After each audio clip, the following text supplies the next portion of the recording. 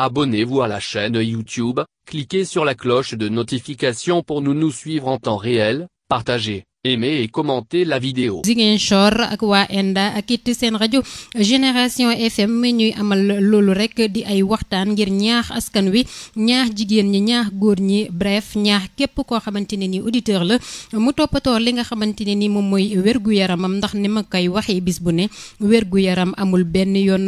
njëkk tey nag ñu ngi am mbégte bu baax di dalal ki nga xamante ne ni nag moom mooy présidente des sages-femmes yu Ziguinchor moom mu ngi wuyoo ci turu Sophie Mbaye ñu gën koo xam ci madame Badji ñu ngi lay nuyu. maa ngi lay delloo di la fay. di nuyu waa Ziguinchor yépp ñu ñuy déglu à partir de la Génération FM. di la sant di la gërëm man nag su ma déggee madame Badji damay kontaan xam nga lu tax. Badji laa sant. kon sama chérie. waaw jeex na tàkk donc ci lii la ñuy daal di tàmbalee li nga xamante ne ni nag moom mooy suñu émission ndax bàq bi ñu Abass may boo leen ko déggee ngeen xam ne ñu ngi waxtaanee lu jëmee ci wàllu wérgu yaram tey nag ñu ngi waxtaanee lu jëmee ci consultation postnatale nee naa leen nag ay spécialiste duñu toog ñun ñuy jéem a expliquer termes yi dañuy daal di rek jublu ci suñu ganu tey ji mu yànj lool nag xanaa Sophie ñu laaj la lan mooy consultation postnatale. Merci Fatou Kiné loolu dinañ ci sawar di ci répondre parce que rek ñu fa nekk ci suñu domaine nekk aussi lu ñu yitteel parce que jigéen ñi bu ñu xasee accoucher ba pare jàpp nañu lépp jeex na alors que loolu danger bi foofu la ëppee donc consultation postnatale bu ñu koy définir dañuy wax ni mooy visite bi ñuy defal yaay ji ak doom ji bu wasinee ba muy am 42 jours c'est-à-dire dans ces 42 jours dañ koy séddale ak 3 pàcc consultation postnatale 1 consultation postnatale 2 consultation postnatale 3 loolu mooy consultation postnatale c'est-à-dire saytu yaramu yaay ji ak doom ji ba mu am 42 jours loolu mooy liggéeyu sage-femme yi foofu la yem li ci des nag après c'est le pédiatre. muy lu am solo loolu ndax man dama foogoon ni bu soxna si xasee ba wasin ba pare rek pare na ci amatul rendez-vous hôpital waaye li nga wax tey firndeel na le contraire wax na bëggoon nañ nga dellu si nga wax ñu benn par benn ñetti visite yooyu noonu nga lim léegi benn bu si nekk lan mooy soloom ak lan ngeen di defal patiente bi bu ñëwee. Ok, merci beaucoup encore. Pour la consultation postnatale 1, c'est-à-dire première consultation postnatale mooy bu ndaw si wasinee ca suba sa am na structure yi nga xam ni bu ndaw si wasinee par manque de place ci ngoon dañ lay seet si tout va bien yow ak sa doom ñu libérer leen jox leen beneen rendez-vous pour la consultation wax la ni la 3e jour na nga ñëw ñu seet la alors que am na structure yi nga xam ni dañ lay téye pendant 24 heures bala ñu lay bàyyi war nañu seet yow yaay ji sa yaram saytu ko jël sa tension jël constante yépp laaj la ndax yaa ngi saw ndax yaa ngi dem gaanuwaay xool loolu yépp parce que surtout ci femmes yi ñuy yokk dañuy ragal a dem toilette ndax yokku bi te ñu xool aussi ndax yaa ngi nàmpal xale bi normalement ci biir loolu bu dee lenn rek am na benn faille bu am wala benn problème bu ñu gis ci examen bi ñu la defal yépp de la tête aux pieds c'est-à-dire ci bopp bi ba ci tànk yi xool aussi say constante yépp normal nañu dinañ la mën a bàyyi nga ñibbi mais lenn lu ci sooxe rek dañ lay téyewaat mettre la en observation ba corriger problème boobu bu dee lu jëm ci doom ji dinañ ko xool coloration bi xool yaramu xale bi naka la mel parce que dafa war a rose dinañu xool jumbax bi dinañu xool ndax mi ngi nàmp ak nan nga koy joxee ni muy nàmpee dinañu xool ndax mi ngi dem saw ndax mi ngi dem gaanuwaay dinañu xool bopp bi vérifier réflexe yépp ndax mi ngi ci xale bi mooy yi nga xam ni sax boo accouché tak dañ koy defal xale bi les soins immédiats dañ koy defal ci saase xale bi bu juddoo mais nag teewul ci première consultation boobu loolu yépp dañ koy vérifier waat parce que au moment tey bu mu juddoo mën na am lu la échappé mais ci consultation postnatale boobu nga mën a corriger lu bari muy première consultation postnatale deuxième consultation bi même examen yi la ñuy defar la ñuy xoolaat ci xale bi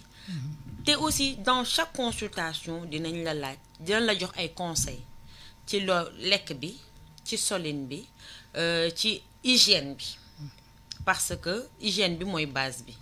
parce que lu àndul ak propreté rek tout le temps y a des maladies loolu mooy différentes consultations yu ñuy defal femme bi te ci biir consultation bi dinañu waxtaan ak femme yi ci planification familiale bi nga xam ni waxtaanoon nañ ko ca consultation prénatale ya dañ la koy rappeler mën nga ñëw ci première consultation bi nga ni da ngay xaar deuxième bi parce que da ngay noppal sa yaram amugoo temps réfléchir wala choisir bonne méthode ñu mayaat la chance ba deuxième consultation duñu tayal ñu continuer waat ko ak yow ba troisième consultation prénatale postnatale du coup en résumé mooy saytu yaay ji ak doom ji jour ba mu juddoo ba muy am 42 jours te aussi dañ ko répartir pàcc yi nga xam ni femme bi am na occasion pour def ko premier jour la ba troisième jour am na nag par manque de place comme ni ma ko waxee woon ñi nga xam ni boo wasinee ba ca ëllëg ba sa boo ngéntee ba sa ëllëg sa nga ñëw ñu defal la sa consultation deuxième bi J9 la mooy juróom-ñeenteelu fan bi ba mu am fukki fan ak juróom benn wala fukki fan ak juróom beneen consultation bi mooy fukki fan ak juróom benn ba ngi am ñeent fukki guddi ak ñaar loolu mooy consultation yi nga xam ni dañ koy defal jigéen ji wasin ba pare parce que comme ni ma ko waxee woon rek danger bi foofu la di nga gis benn femme mu dérouler une grossesse normale accouchement normal mais par paresse du ñoo def consultation postnatale yi bu lay indil doom ji ça peut être trop tard soit xale bi nàmpul woon ñu naan yaay ji amul soow alors que problème bi mën na nekk ci weenu yaay ji wala ni mu koy joxe ween bi wala aussi mu nekk ci xale bi munul nàmp am na yeneen maladie yi nga xam ni wala malformation yi tax xale bu nàmpee day génnaat parfois aussi femme bi ñu ne ngéntele ko jàpp wala coono wasin bi bopp bi di metti fekk na mu ngi def éclampsie du postpartum mu crise këram ñu ne coono moo ko jàpp bopp bi da doon metti mu crise wala manque nelaw alors que tension moo nekk foofu loolu dina ko indi parfois femme bi mën na toog këram ñu ne femme bi daal du nelaw comprendre nga du nelaw fekk ci suuf am na beneen feebar bu indi loolu yaram bi néewi ñu ni mérite la bopp bi di metti ñu ni mérite la alors que yooyu yépp bu respecté woon rendez-vous yu ñu ko jox à temps mën nañ ko prévenir wala ñu def prise en charge à temps donc importance su consultation postnatale yi bala nga koy xam rek nga confronté à une situation bu nga xam ni lii manque de vigilance moo ko waral. may fàttali ne tey ji ci suñu émission santé ñu ngi dalal ki nga xam ne moo di Sophie Mbaye nag nekk présidente sage-femme yu nekk fii ci Ziguinchor li ñuy waxtaanee di consultation postnatale ginnaaw bi nga ñëwee ci solos bi nga xamante ne nii moom mooy solos consultation yooyule muy ñetti consultation yi nga xam ne ñooñ nga ñu fi waxal est-ce que mën nga ñu wax ci Ziguinchor est-ce que jigéen ñi dañuy faral di wuyu bu baax a baax consultation yooyu noonu est-ce que nit ñi bu ñu paree accoucher maanaam bu dul ñëpp sax est-ce que ñi ëpp dinañu ñëw. waaw mën nañ ñëwaat Ziguinchor franchement ñu ngi def seen consultation postnatale yi mais consultation postnatale 3 bi moo xaw poser problème. parce que ñu ci bëri je sais pas tayal la wala dañu kiiwul comment dire dañ ko farataalul waaye première consultation bi boobu gaaw doo ñu échappé parce que yaa ngi hôpital sur place kenn du la exéyaté te defaluñu la ko ba buñ la exéyaté mooy kenn du la libéré nga ñibbi pour excusez-moi parce que j'utilise beaucoup de termes non ci la bokk technique bi la daf may échappé dama ko yëg buñ lay génnee nga ñibbi dina fekk defal nañ la première consultation postnatale bi ba jour boobu buñ la ko defalul bala ngay génn comme ni ma la ko waxee woon dinañu saytu yaram bi jox la rendez-vous pour 3e jour ñu delloo si la ñu defal la ko 2e consultation bi souvent benn système la ñuy utiliser certificat d'accouchement bi duñ la ko jox boo ñëwee sa 2e consultation ñu jox la ko donc tu es obligé nga ñëw def si ko pour am sa certificat d'accouchement pour mun a déclarer sa doom 3e bi moo ñu posé un peu de problème te nit ñi commencé nañ ko comprendre via les bajenu gox ñoom ñi ngi ciy dox lu bari ba léegi daal ñu ngi population bi ñu ngi comprendre importance su consultation postnatale. justement loolu laa bëggoon ñu wax ci muy maanaam yan méthode ngeen di utiliser pour mën a waxtaan ak ñooñu pour population bi mën leen dégg pour ngeen mën a am benn écoute bu bari yan moyen ngeen di faral di utiliser. waaw parce que ñu ngi utiliser bàjjenu gox yi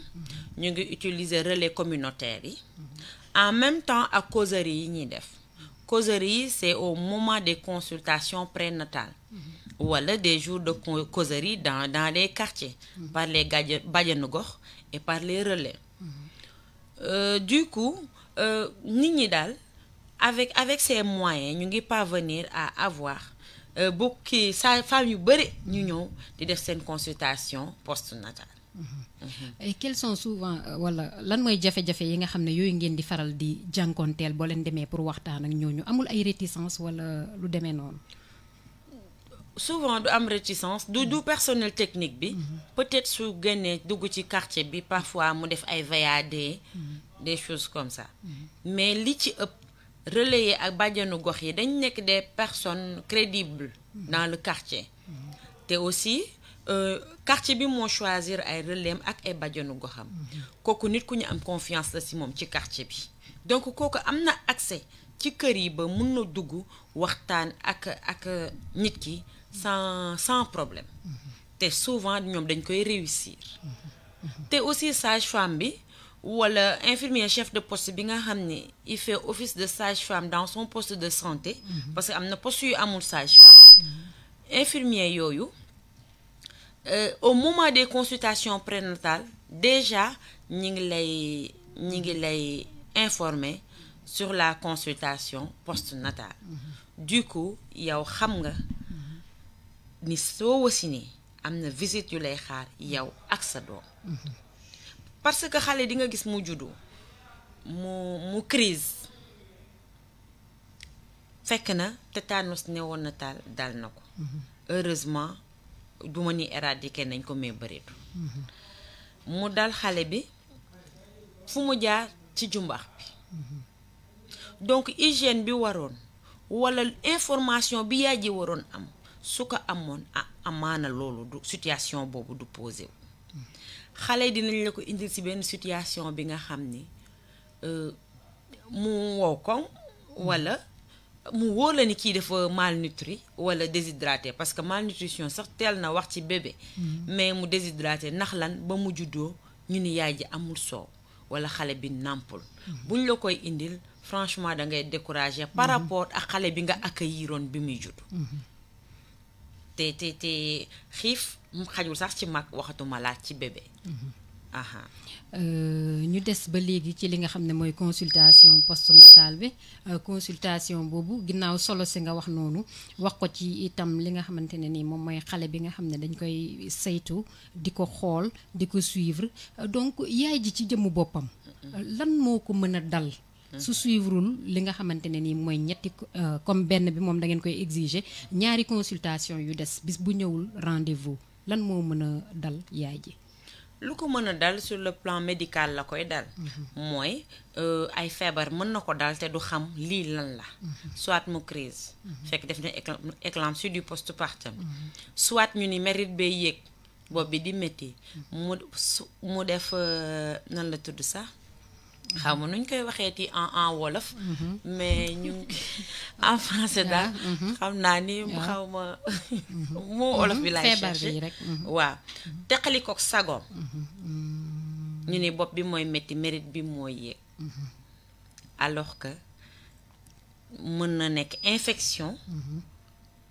ñun ñu koy wax infection puerpérale wala ñu koy wax endométrite yooyu yëpp mën na ko dal te hygiène bi mu waroon am daka amul ba mu wasinee parce que ci say médicament dinañ la bindal garab yooyu raxasoo yooyu naan et tout bu dee utilisation bi baaxul mën nga développer yooyu infection wala hygiène bi doyul mën nga développer yooyu infection parfois ñu ne moo bi olof di wax dëgg yàlla réer na ma ku teqalikook sagom daal muy waxtu di daw fii ñu ni meret bi moo yeeg alors que loolu yëpp dara amu ci wala dañ koo jàpp loolu yëpp dara amu ci visite yu mu waroon def bi mu accouché la ñu saytu ko saytu yaramam yëpp tension day def loolu day metti bopp ba nit teqalikook sagom donc mu nekk tey encore une fois lu am solo ba tax sax jigéen ñi war a mën a dem di saytu seen yaram ginnaaw ba ñu amee li nga xamante ne ni mooy bébé bi xamal nga ma sànq ne yéen après 3e consultation bi fa ngeen di daal di yemale li nga xamante ne ni moom mooy seen liggéeyu sage-femme mais est-ce que diggante boobu noonu di ngeen dee waxtaan ak ñoom bu ñu ñëwee ci consultation bi jël leen xelal leen bu baax a baax par rapport ak seen comportement pas seulement côté alimentaire mais même ci seen comportement di hygiénique. Effectivement. Parce que jigéen yàlla moo ko am nu mu ko bindee soo wasinee am na deret buy génn ci yow te deret boobu am na fu muy yam nombre de jours yu muy yam du coup période boobu nga ko gis am na hygiène bu sa yaram di laaj mooy ci sangu bi ci façon nàmpal bi ci soutien yi ngay takk ci changement linge intime yi ngay def dañ ciy waxtaan ak yow bu baax ak ci quantité bi nga xam ni jigéen su ko dee gis ci sang dafa war a daw hôpital parce que hémorragie du postpartum immédiat am na mais tardif bi am na donc yooyu yëpp dañ la koy expliquer loo ci gis loo xamul rek am na benn xet aussi bu deret boobu di am bu nga xam ne normalul nga war a daw si waat hôpital ñu xool la xool ndax du infection wala leneen surtout ñi nga xam ne dañuy wasine ci kër kenn encouragé wul wasin ci kër cautionné wuñu kenn ngay wasin ci kër mais bu yàlla defee nga wasin ci kër bul rus bul ragal bul ni bu ma demee dañ may xas comme nuñ koy waxee bien vrai que nag ki la xas ni kaay wer yow la àndal mais nañu dem hôpital nañu dem ñu yóbbu xale bi parce que da ngay gis xale bi nga xam ni nanguwul nàmp wala yaram bi tàng wala cordon ombilical bi xonq yooyu yëpp nekk motif de consultation au lieu nga jël xale bi ànd ak yaay ji yóbbu ko hôpital dañ koy booleeg bàjjan ba wala tànta ja téye yaay ji ci kër ga te tey ji boo expliquer tànta ja ak bàjjan ba fii Sénégal dañoo mën ganale mais mënuñu gan bébé bi judd na ak yaayam dañ koy toppatoo waaye une semaine après ngénte li ku nekk doxi sa soxla bàyyi la fa donc bu yaay ji demul expliquer woo ko yaay ji nu prise en charge bi war a demee ci xale bi ak moom ci boppam du demee noonu parce que keneen nga ko wax kooku nettali ko alors que yaay ji la ñu war a toog wax ak moom mu ànd ak accompagnant am indi bébéem wala le contraire am yaay ji boo bàyyi metti yaay ji mooy def ay façon ñu bàyyi fa bébé ba ñëw indil la yaay ji te en ce moment doom ji dafa war a nàmp donc dans les deux sens à chaque fois bu problème taxawee rek yaay ji ak doom ji ñoo war a ànd ñëw hôpital d'accord surtout nag ñi nga xam ne dañu wasin ci kër man dama leen di ñaan ñu bàyyi pratique boobu hôpital cheratul ticket téeméer peut-être duñ jafe na duñ yomb na poste de santé yi sax àggul téeméer waaye nit say wér-gu-yaram war na la jaral lu nekk parce que nit ñi def ñun jigéen ñi chaque jour laa koy wax di def suñu avec yooyu fexe ba cotiser ji avec suñ ko defoon dinañu fexe ba dem consultation prénatale postnatale def suñu planification familiale te benn problème du am ñu bàyyi avec yi déedéet pas ñu bàyyi ko ñu prioriser farata gi ñu def ci avec bi nañ def tuuti farata boobu rek ci seen santé ñu xool parce que nit sa borom kër lu mu la jàppale sa santé je pense que sa bakkan yaa ko moom donc war na laa jaral yow nga jël sa xaalis bopp bañ ko xaar dem saytu sa yaram. muy lu am solo dama la ciy dooleel sax aso bi yi nga xam ne moo la may Ziguinchor niroole donc dañuy prioriser loolu bàyyi li nga xamante ne moo jëme ci seen wérgu yaram mbokk mi ñuy déglu yow mi nekk jigéen ñeneen ñi nga xam ne itam ñu ngi nekk ci Ziguinchor yépp ak ñi nekk ci àdduna wërngal képp yaakaar naa ne li fi Sophie Mbaye wax leer na nañ consultation postnatal am na solo soo xamante ne ni waroo rek am doom toog sa kër toog di xaar naan pare naa ci li nga xam ne moom mooy grossesse bi kon jeex na. dañuy desandi ba tey ci li nga xam ne moom mooy consultation postnatale damay faral di gis ne suñu ay bàjjen yu bëri bis bu soxna si wasinee ba pare bu ñu yeggee kër ga dañ naan jarul ngay dem foofu ndax boo demee des fois hôpital dañuy yàgg ci jumbax ji balaa ñu ko traité ba mu wër ñu daal di lakk ay kayitu suukar rek daal di koy taf ci jumbaxu xale bi. merci beaucoup. gis nga tétanos bi la ko bëree loon loolu bokk na ci parce que kayitu suukar ba nga lakk amaana mën na am na microbe te fii ñu toll nii xale bu juddoo ci saa si dañuy nettoyer jumbax bi ba mu set ñu ne la bul ci diw dëwlin bul ci diw karité bul ci diw néegu yamb xam nga nuñ koy waxee yooyu yëpp soxlawul bàyyi ko mu wow soo koy couche nga yëkkati kii bi jumbax bi mu tegu ci kaw couche bi nga xam ne xale bi bu sawee couche bi du ko laal boo defee loolu te defoo ci dara balaa jour tudd xale bi jumbax bi dina wow ba lutt boobu dina wadd donc tétanos néonatal loolu bëree loon na ko nit ñi ñàkk nañu bébé yu bëri te loolu waral ko te boo seetloo carnet de santé yi am léegi dañ leen koy may carnet de santé kenn jaayatu ko te carnet bi dafay topp xale bi ba mu am 18 ans déclaré boo ko déclaré sax numéro de registre am mu ngi ci carnet bi donc ay sama extrait doom dafa réer xamatuma numéro bi sax loolu carnet yooyu daf ko fi jëlee ndaxte mi ngi ci biir carnet xale bi lu ko dal ba nga ko ëmbee ba 18 ans carnet boobu lay consulter woo donc ci personnel de santé boo dem day xam ban type d'enfant ban xale la amal affaire ndax renseignement xale bi yépp mu ngi ci biir carnet bi te ci biir carnet yooyu dañ ciy waxtaan ak famille ndax carnet yi dafa am image ñu ne la bu jumbax bi xonqee dawal hôpital bu xale bi di crise demal hôpital su bañee nàmp demal hôpital yow yaay ji ñu lay wan que boo wasinee ba pare sa tànk di neewi sa bopp di metti ngay sentir ay miir demal hôpital am na quantité de sang booy génn c'est-à-dire deret nu muy toll dawal hôpital donc même buñ toogul waxtaan ak yow ci consultation postnatale jour boo amee temps pendant la grossesse di ubbi carnet bi rek dalay informer avant ngay accoucher li lay xaar boo accoucher ba pare importance li lay xaar lan nga war a lekk nan nga war a lekkee nan nga war a solo xale bi en fonction de la saison nan nga ko war a solole parce que mënul comme période bii dafa ngelaw sedd nga bëgg ni danga koy solal comme ñun rek taaw yi solu disket wala hivernage ku ne xam nga Ziguinchor dafa tàng nga solal ko pull vert teg ci manteau tegaat ci suñu seru njaago yi nee nañ mooy tax mu am yaram xale danga koy solal en fonction de la saison loolu lii may nit yaram affection yaay ji la comme niñ la wax tout le temps nga taxale ko say kii danga koy solal de telle sorte que ngelaw du ko dugg mais aussi doo ko étouffer mais du par boo ko nëppee noonu sa yaram léegi méthode kangourou am na kole ko sa yaram sangul ba set boote ko ci kanam loolu mën na ko may yaram mais du question que nëpp ko ba xale bi der bi di tegge ko picc yu sew yooyu di ci am ñu naan dafa am jaxato infection la ñun gëm nañu tradition am nañu gëm nañu culture am na gëm nañu réalité yi am ci dëkk bi mais nag li ci ëpp infection la mu am ay picc bi def ay dët nga naan dafa jaxato jëlal xale bi yóbbu ko hôpital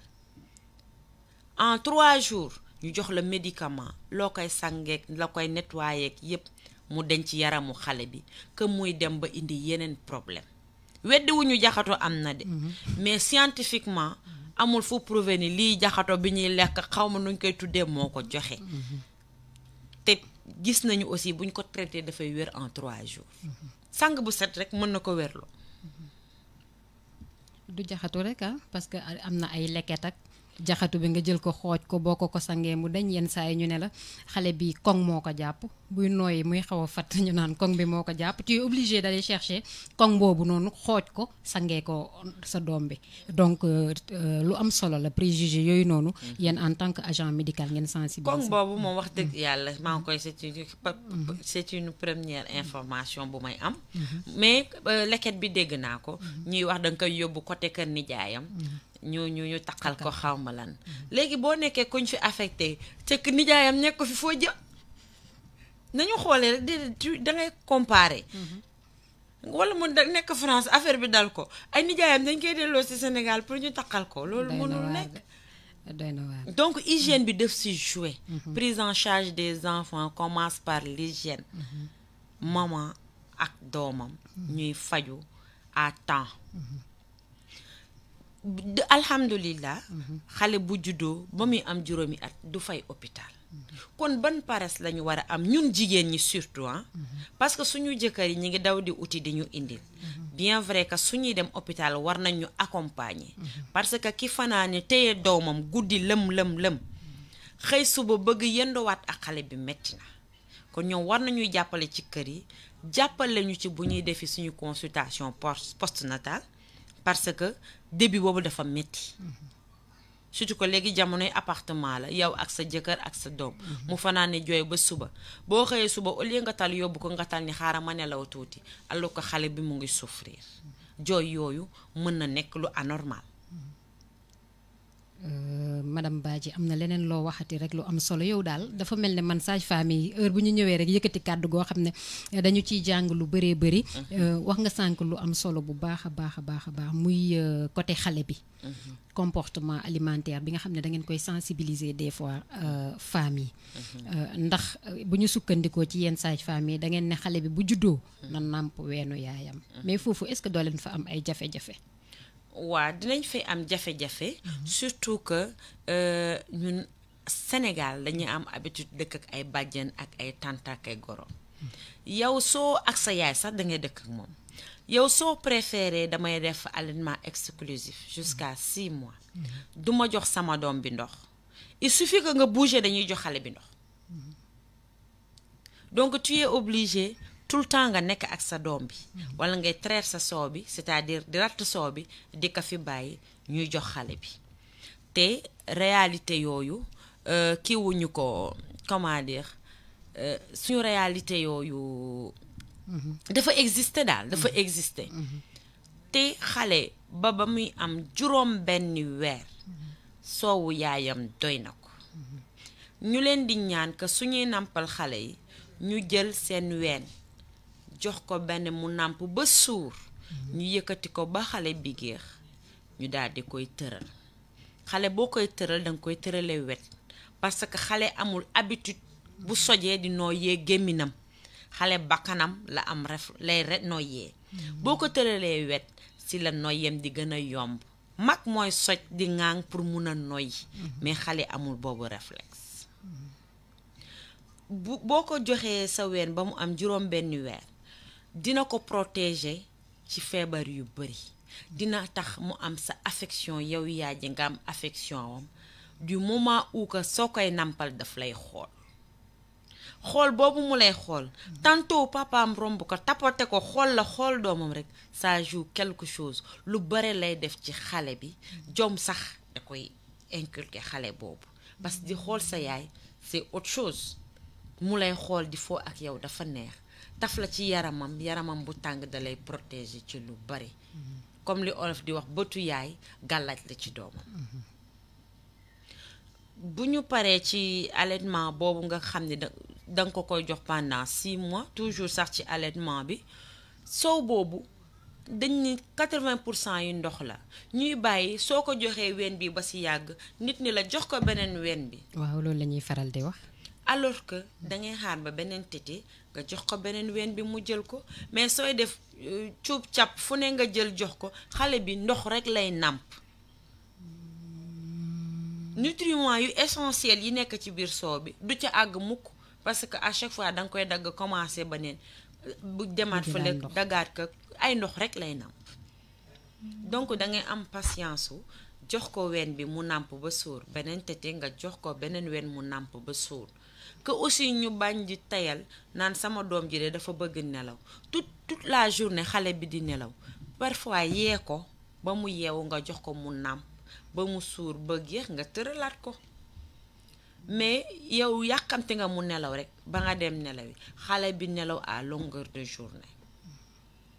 loolu aussi ñu bàyyi ci xel bu baax sama mbokku jigéen yi. ñu xam ni ëmb dafa metti bañ nañ ko ba jigéen wérul la ñuy wax. kon bu ñu ëmbee pendant 9 mois ñu war a 42 jours kese weer ak fukki fan ak ñaar toppatoo xale bi période boobu mu def ay visitam du yam foofu mais loolu am na importance capitale bu nga xam ni jigéen ñi war nañ cee bàyyi xel dem di ko defi. surtout que sa doom munul wax. yow yaay bàyyi xel ci li nga indi. teykat sama doom bi gis naa ni loxo bi rek da koy sànni. mais mën na bañ nekk malformation mais ci accouchement bi mu gaañu.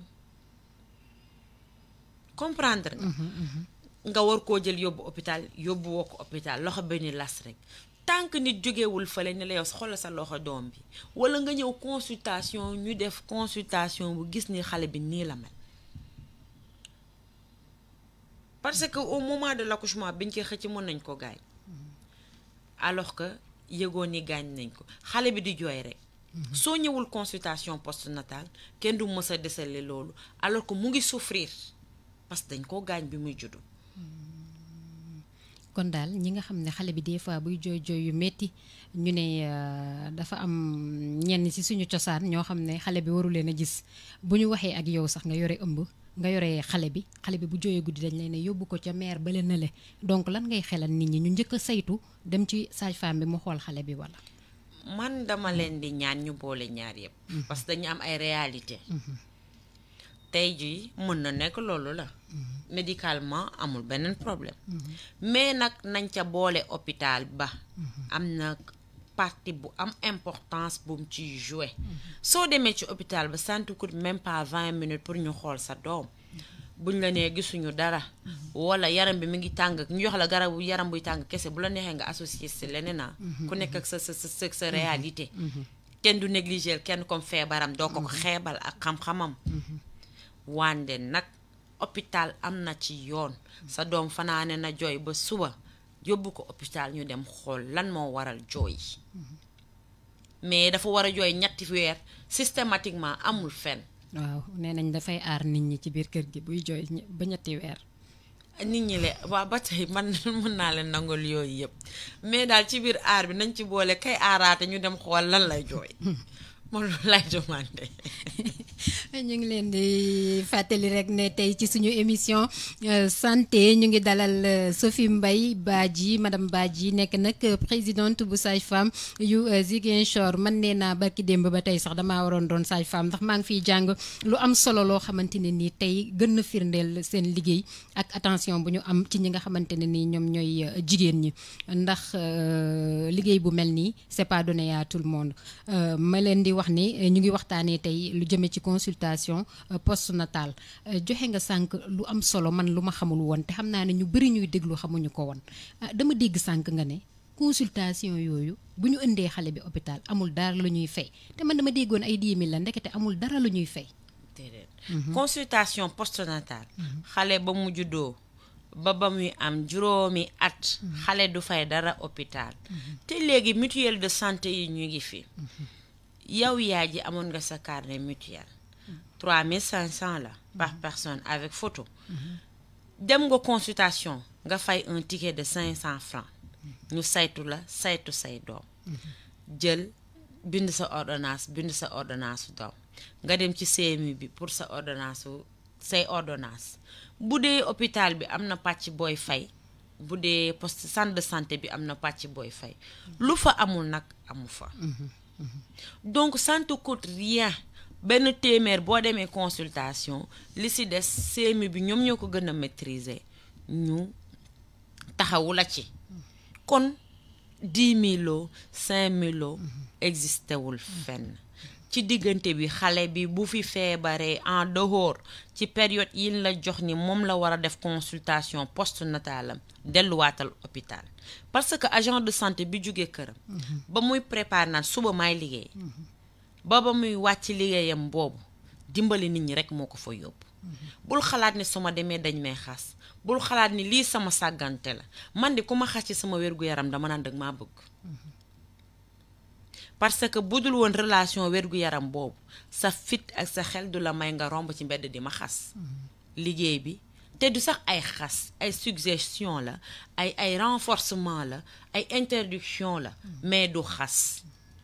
nit amul droit xas kenn surtout sage-femme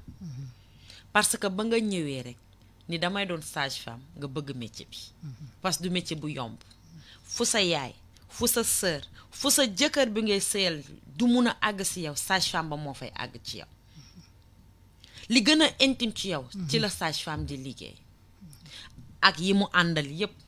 sage-femme bu seexlu amul sage-femme bu soxor amul peut-être nag nit ku ne sa nature dafay feeñ ci sa lépp mais liggéey bi à chaque fois nit buy jóge këram comme kuy togg rek ba ngay rosi ba nga yàq na neex rek nga ci séentu woo nga yàq ñu naan neexul ak dafa saf xorom ak dafa saf kaay foofu rek lañ koy xool nañu jàppe suñu bopp malade yi aussi xam ni kañ fa fekkat suñu wér-gu-yaram moo koy yëkkati kon liggéey bi day yomb si ñun ñaar ñëpp waaw xam naa ne daal ñi ñuy déglu danañu kontaan ginnaaw nag question la boo xamante ne ni sax ba may ñëw dañ ma ko joxoon waaye dafa mel ne tontu nga ci ñeneñ ma boo demee sage-femme ba ngay dalal daal moom xamal ko ni ñun xas yi dañ cee sonn saa suñ ñëwee hôpital ñu ñuy xas mel ni seeni doom mais peut-être joxe nga li nga xamante ne ni mooy réponse bi xëj na pour defar moo leen tax a jóg waaye tamit ngeen gën a sensibiliser itam ñi nga xam ne ñoom ñooy nekk ci liggéey boobu noonu parce que tamit ki ñëw ak mettitam déjà dafay am benn état psychologique am naa yaakaar ni peut-être di ngeen ko war a gën a mën a dëfal ndax li mu yenu rek doy na ko bala nga ko ci naree yokkal leneen tamit da koy sonal. ok ki ne maa ngi lay remercier ci loolu kooku la poser question bi maa ngi koy répondre ale wax ko ni ko mu ngi lay déglu que sage-femme du métier bu yomb mooy ki nga xam ne ci stress lay liggéey pendant 12 heures du lekk du naan te nit aussi du question dafa stressé day wax li ko neex mais nañu jàpp ni képp ko sol blouse du sage-femme boo ñëwee structure pour ñëw faju si damaa ñëwoon faju si consultation laa bëgg ñëw war ngaa xam bureau sage-femme bi fan la du ko la intercepter sage-femme la du foo dugg fekk fa nit kooku sage-femme la problème de port vestimentaire blouse yooyu posé na problème yu bari di nga taseeg fille de salle wala nga taseeg matrone wala nga taseeg benn ASC wala nga taseeg sax médecin en personne mu wax la wax ji nga xam ne da nga ni sage-femme ma ko wax dafa nekk corps bu weex dung parce que ñëpp ay jigéen lañu waaye sage-femme bi nga xam nit da nga ko def parce que da nga bëgg métier bi jugoo pour yàq jugoo pour xas kenn te yaakaar naa ñiy wax ñooñu ñëpp amul ku ni maa ko dund maa ko dégg rek man lañ ko def gisaguma ko de man nag dañ ma ko nettale yooyu rek ngay dégg te nit ñi jamono bi fi ñu toll dañu xam seen droit ak seen devoir nit bu la waxee lu mu la warul wax dépassé la fu mu la warul la dépassé xam nga noo foo ko war a régler donc nekk ci média yi nekk ci public bi buñ nee sage-femme sax parfois da ngay rus a présenté wu parce que wax jañ cay teg te pourtant de jëlee na la fi nga xam ni comme dama koy répété yaay du la fa fekk ki ngay sëyal du la fa fekk sœur ba du la fa fekk dañ lay bàyyeeg sa bopp di nga toll fi nga xam par exemple les cas de fistule ñooñ dañ leen di ber ci nekk dëkkal leen ci porte bi parce que fistule ak ay conséquences am ya ca am mais sage-femme ak médecin ba kese ngay ñëw ñu tiim la defal la lañ lay defal te kenn du la rejeter. fistule après accouchement lañ koy am wala. waaw lan mooy fistule est-ce que mën nga ci def de façon brève lan mooy fistule. ñu ngi génn ci débat bi mais mooy li nga xam ni bi xale bi li juddu dafa créer benn déchirure ba nga xam ne sa fi ngay demee saw ak sa gaanuwaay day nekk benn te bu boobaa doo mën a téye sa saw yi doo mën a téye sa gaanuwaay yi te bu yàggee day dégager xet bu yàggee am na yeneen nag yeneen yu ci am. mais yooyu ku topp consultation postnatale yi boo leen ko teelee détecté mën ngeen ko faj. loolu dañ koy détecter le jour de l'accouchement moo tax ñuy imposer femmes yi di leen demander ñuy accoucher ci biir structure de santé yi parce que ki la accoucher ba pare même bu dee bu amee épisio bu amul épisio yépp dina def toucher rectal waxuma nag toucher vaginal ya muy def pour vérifier loolu sa postnatal yi yooyu yépp dañ ko ciy vérifier. Donc mën nañ ko heureusement nga poser ma question fistule yooyu sax dañ koy détecter ci biir consultation postnatale yi lu ci ëpp foofu lañ koy gisee parce que femme bi dina ko jaaxal lu tax sa gaanuwaayam di génn ci kanam te xam nga loolu am na ñi nga xam ne waxuñu ko seen jëkkër waxuñu ko seen yaay sage-femme bi rek lañ ciy wax sage-femme bi rek lañ ciy waxal dëgg la. Sophie Mbaye émission bi neex na trop wante nag dama gis ne femmes yi comme dañuy waxtaanee lu jëmee ci consultation postnatale di waxtaanee tamit je pense que li nga xam ne mooy comportement yi ñuy am ci kër ga après accouchement bi bu ñu ñëwulee waxtaan ak yéen yi nga xam ne yooyu la ñuy adopté muy par rapport ak le fait que yenn sage-femme yi da ngeen leen di wax ni xale bi bu mu naan ndox y a des femmes wala des mamans ñu ne ci kër ga mag ñoom nee nañu xale mënul dund sans ndox ñooñu lan nga leen di xamal bu xale bi jógee hôpital man gis naa ko du benn du ñaar dañuy tibb ndox wala ñu tegal la ci ne sage-femme ba la ko wax moom ci boppam day jox ndox doomam mu naan ñu ngi lay déglu ban sensibilisation nga am boo leen di wax. merci beaucoup man de dama yaakaar kuy diglee sangul day fekk nga sangu ba pare mënuñu ni ñun sage-femme yi dañuy wax population bi bu leen jox seen doom ndox ñun ñu jox suñu doom ndox yaakaaruma ko de parce que nit li ngay wax bul def diw bul def lii yow waroo koo def muy première réponse bi deuxième réponse bi mooy scientifiquement dañoo wane ni ci biir soow lépp lu xale soxla ba juróom benn weer mi ngi ci biir ndox moomu 80% la représenté ci biir li xale bi di soxla c'est scientifique du samay wax luñ ay études yu ñu def la teg ka fi donc suñu yaay yooyu dañ leen di ñaan ñu jàppale ñu ci xeex boobu parce que comme ni ma ko waxee woon dina protéger xale bi ci feebar yu bëri dina indi affection yu bëri nañ ko xool rek si ñi nga xam ni yërmande bi am si diggante yaay ak doom wala ci xale bi nga xam ne yaayam moo koy nàmpal nañ ma baal yor ko ba mu màgg ak ki nga xam ne dañ ko joxe nga boole sa ñaari doom yooyu ci sa biir kër xoolal sa ñaari doom yooyu kan mooy ëpp affection ci yow xoolal ñaari xale yooyu doom ji nga yaral sa bopp ak ki nga joxe kan moo ëpp affection ci yow ki nga yaral sa bopp mu ngi noonu noonu la demee yaay dafa am solo ci doom may mastawu nag ñi teel a ñàkk seen yaay ñëpp man mi ci laa bokk wande dafa am rôle bu nga xam ni daf ko jouer ci doom kon juróom benn weer yooyu ñuy wax nañu nit ñi nàmpal seen doom ay études la du lu ñu xëy wax du lu ñu xëy teg ay études yu ñu fi teg la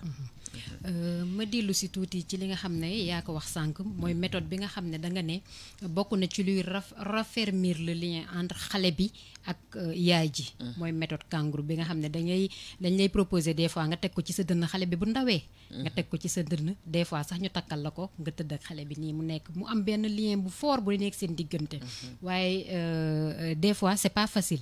parce que boo ko defee nit ñi mënuñu comprendre jël doom di ko boote kanam boobu noonu est-ce que ci sensibilisation bi doo leen ci dee am ay jafe-jafe ak nit ñi waaw mais xam nga nit la te nit dafa am cerveau di réfléchir soo waxtaanee ak moom wax ko importance bi dangay dem ba yow kese ci kër gi sax du yaa koy def bàjjanam day sangu ni la indi ma defal la ko papaam bu amee temps ñëw defal la ko magam bu jigéen bu nga xam ne magee na ko lu bëri mën na koo boot ñëw defal la ko donc imposé wuñ la yow yaay ji kese nga koy def dafa soxla chaleur soxla développé kon kër gi ku disponible sangu ba set mën ko def mën na koo mën a def donc sensibilisation bi rek moo doyul wala aussi ñu war koo yokk moo tax critique yooyu bëri mais yaakaar naa luy sàmm bakkan doomu aadama kenn bañu ko. justement wax nga ni papa ji des fois mën na ko jël teg ko ci dënnam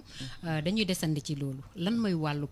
papa ji ci consultation postnatale bon rôle réellement la ci war a jouer sànq nee nga ma aspect financier bokk ci bu baax parce que léegi dañ ko defal xale bi gratuitement wala cherul mais ban wàll la ci papa ji war a am parce que tamit góor ñi dañuy suivre émission yi. waaw bi mu ci am mooy bi mu am ci avant ngay ëmb. parce que doom la doonut avant ngay ëmb. bi nga ëmbee mu taxawu la boobu la ci am boo accouché ba pare parce que doomam la santam la jël yéen ñaar yéen a bokk doom ji parce que borom kër gu sa jabar wérul sa doom wérul doo tala liggéey yaa ngi dëkk hôpital loolu liggéey nga jënd ji ko ordonnance économiquement rek foofu am na ci wàll bu rëy beneen wàll bi mooy doom ji neew la damay ñëw àdduna yow yaa bëgg a am doom nga ci kattanu yàlla doom ji ñëw ci àdduna c'est ton devoir yow papa ji xale bi juddu nga taxawu ko ñu defal ko ay consultation postnatale am ñuy gunge seeni jabar yi ñuy ñëw di consulter aussi parce que jour ba nga sa jabar di génn hôpital lu ci ëpp papa ji daf fay nekk wala gore mi nekk fa wala sa yaay nekk fa conseil yi bu ñu leen koy jox du yow kese yaay toog ñoom ñëpp dañuy toog donc am na membre de la famille surtout le père de famille devoir capital bu mu ci am di la gunge tout le temps même bu dee dafay liggéeyi muy rappeler wu date bi sooy dem mu faciliter la jox la paas jox la njëgu ticket ba ne serait-ce que sax boo ñibbisee nag soo koy indil ordonnance ba bu dee am na bu amul it nga rendre ko compte lii lañ ñu wax lii lañ ñu wax kayitu juddu bii lañ ma jox nee na naa ko booleeg sa carte d'identité ak sama bos am demal déclarer suñu doom soo ko déclarer ba pare dellool kayit bi hôpital am na benn partie ci carnet bi bu ñuy def numéro boobu ak ñun hôpital registre ba ñu yor aussi numéro ba daf fay nekk donc ay xale dañuy xeex sax ci biir carnet boobu ak consultation postnatale yi ba audience foraine yi ñuy dem dañoo dem ba bëgg mu génn fi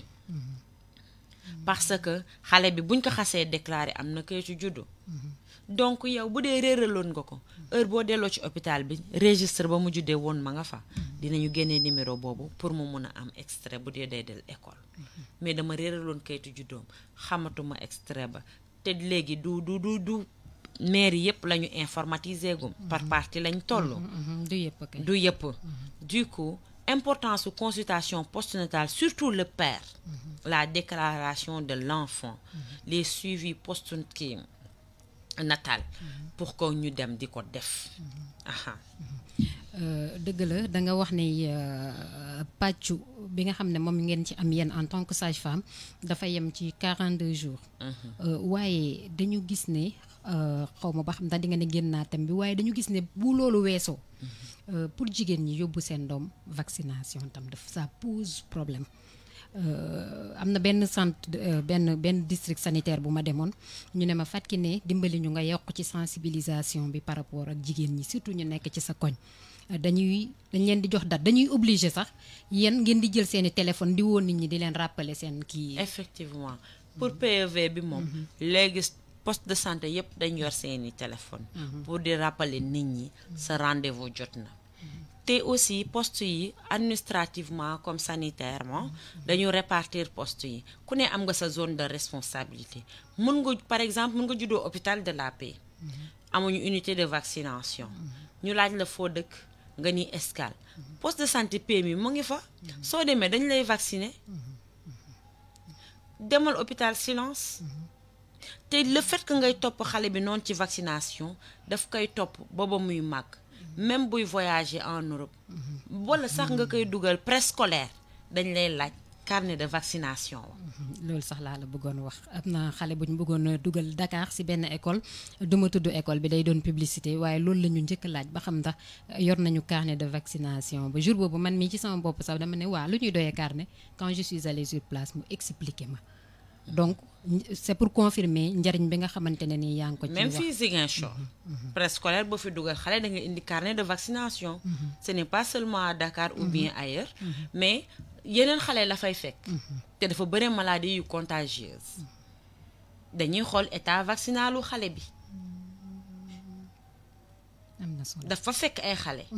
moom vacciné wul wala vacciné na beneen xale vacciné wuñ ko te ils sont en groupe doo stigmatiser kenn kii def na lii kii deful leneen mais même dans les préscolaires dañ lay laaj carnet de vaccination xale bi te lépp mu ngi ci biir carnet boobu nee naa la ba 18 ans le carnet de santé bi di topp bébé boobu te c'est gratuit kenn du ko jaay dañ koy maye structure yëpp dañ koy maye amul fuñ koy jaay te vaccination bi tam amul fay lépp ngi ci biir carnet bi de la naissance à 18 ans ñi nga xam ne dañuy tëb nag rendez-vous yi ngeen jox leen rendez-vous boo xam ne dañu waroon ñëw pour vacciner xale bi ñu tëb ba beneen ñëw nan ngeen di def par rapport ak ñooñu non am na vaccin yi nga xam ne mën nañ ko rattraper am na yi nga xam ne kenn mënu koo rattraper mais vaccin yi ñu mën a rattraper dañ la koy rattraper comme ban lañ mënul rattraper ban mooy bi nga xam ne comme ça ñi lay déglu xam ne quand même carrément vaccin yëpp am na solo waaye rawatina yooyu noonu yan la ñu mënul a rattraper xam nga calendrier vaccinal dafa gudd dafa bëri am na maladie yi nga xam ne comme ni ma la ko waxee mën nañ koo rattraper am yi nga xam ne kenn mënu koo rattraper comme par exemple tey ji hépatite ñi ngi koy def à la naissance mais bu dépassé yenn nombre de jours yi dañ naan xale bi contacté na microbe ba pare ñun ñëpp ay porteurs sains lañ donc soxlawul un mois après nga ni damay dem jëndi pour ne pas faire une publicité vaccin pour hépatite pour vacciner sama doom c'est gratuit actuellement dañ ko intégrer à la naissance tous les enfants doivent être vaccinés contre l'hépatite ñu leen di fàttali ne yéen a ngi suivre ñun li nga xamante ne ni rek mooy émission santé bi ñu lëkkaloo rajo Génération FM ak waa ENDA ak it l'association des sages-femmes de Ziguinchor di amal nag campagne bu mag ngir waxtaan ak askan wi lu jëmee ci li di planification familiale consultation prénatale ba ci tey ji consultation postnatale boobule consultation postnatale sànq bi nga koy wax nga ni 3e bi wala 2e bi ci la ñuy saytu pour proposer la li nga xamante ne ni moom mooy planification familiale dafa mel ni donc consultation prénatale consultation postnatale ba ci planification familiale bi dafa am benn link yëpp lié parce que c'est pour la femme parce que planification familiale produit planning yooyu am na yi nga xam ne sax ku mënul am doom danga koy jël pour ñu bañ ci avancer bu bëri ba traité la ba nga mën a jël kii règle yu normal ba mën a jël grossesse ba accoucher ba dem consultation postnatale ba commencer sa vaccination tous les enfants doivent être vaccinés nañu jàppale ci loolu di dem seen consultation postnatale yi def say consultation prénatale yu normal négliger consultation postnatale dafa mel ni nga dem bay di duy ba muy bëgg a fees nga tëju robinet bi alors que li ngay duy bu comme thermos rek ndox boo ko defee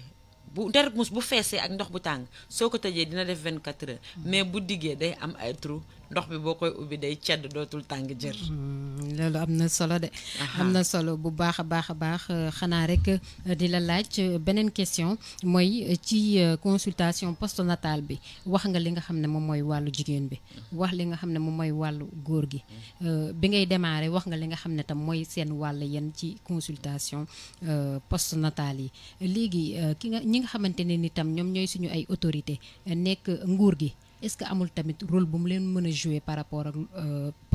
consultation postnatale boobu noonu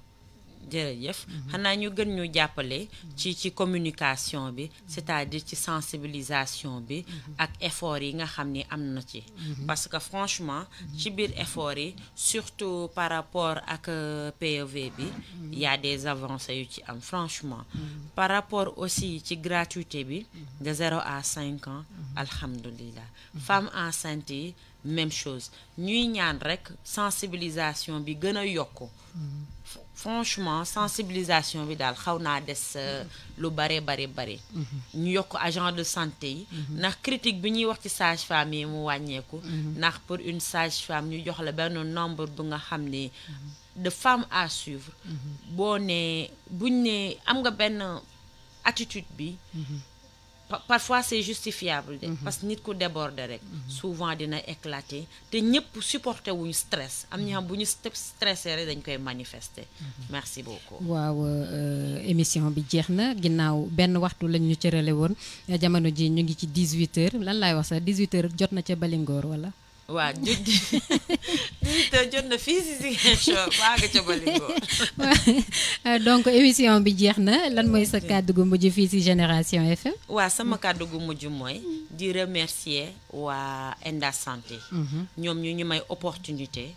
bay association des sages-femmes de Ziguinchor. bi nga xam ne démembrement la si association des sages-femmes nationales.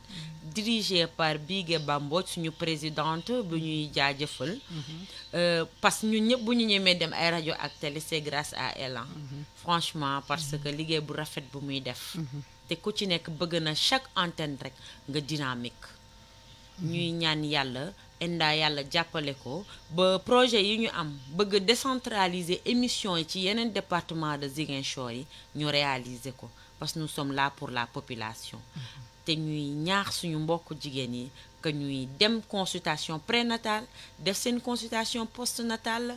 def seen planification familiale parce que c'est pour toute la famille le père la mère et l'enfant. Merci beaucoup. ñu ngi lay jaajëfal xanaa blouse bu rose bi moom nga remplacer ak jasner bu rose bi. waaw dafa mel ne loolu parce que damay xeex fi ñu toll nii sage-femme nay sol couleur am ndax attaques yi métti na te ñëpp duñu sage-femme. ñu ngi koy jaajëfal bu baax a baax mu nekkoon Sophie Mbaye madame Badji nekk présidente des sages-femmes bu Ziguinchor nekk nag démembrement ni mu ko waxee bu association nationale des sages-femmes du Sénégal ñu koy jaajëfal di jaajëfal. waa Enda ñi nga xam ne itam ñoo am initiative informer sensibiliser maanaam fexe ba béy seen waar ci jàppale jigéen gàcce ngalaama itam seen rajo Génération FM ñu ngi leen di sant di leen gërëm Abass Thioye moo nekkoon ci technique bi ci kanam tuuti di ngeen continuer ak animation musicale ñu leen di sant nag di leen gërëm di leen ñaanal jàmm te di ko sàkku ci yéen.